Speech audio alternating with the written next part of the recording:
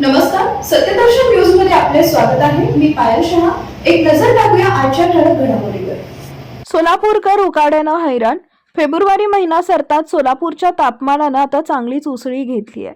काल मंगळवार 3 मार्च रोजी सोलापूर शहरात हंगामातील उच्चांकी तापमानाची नोंद झाली असून कमाल तापमान 38 अंश सेल्सिअस पर्यंत पोहोचलं आहे. मार्च महिन्याच्या पहिल्या 3 दिवसातच उन्हानं आपला इंगा दाखवण्यास सुरुवात केल्यानं सोलापूरकर उकाड्यानं हैराण झाले. सकाळपासूनच उन्हाची तीव्रता जाणवत असून दुपारच्या वेळी रस्ते ओस पडू लागले आहेत. हवेतील आर्द्रता 34% खाली आल्यानं कोरड्या उन्हाचा त्रास अधिक जाणवत आहे. किमान तापमान ही 22.9 अंश सेल्सिअसवर पोहोचल्यानं आता रात्रीच्या वेळीही गारवा कमी होऊन उकाडा जाणवू लागलाय. तापमानात अचानक वाढ झाल्यानं नागरिकांनी आरोग्याची काळजी घेण्याचं आवाहन करण्यात आलं आहे. बाहेर पडताना सुती कपड्यांचा वापर करावा असं तज्ज्ञांनी सुचवलंय.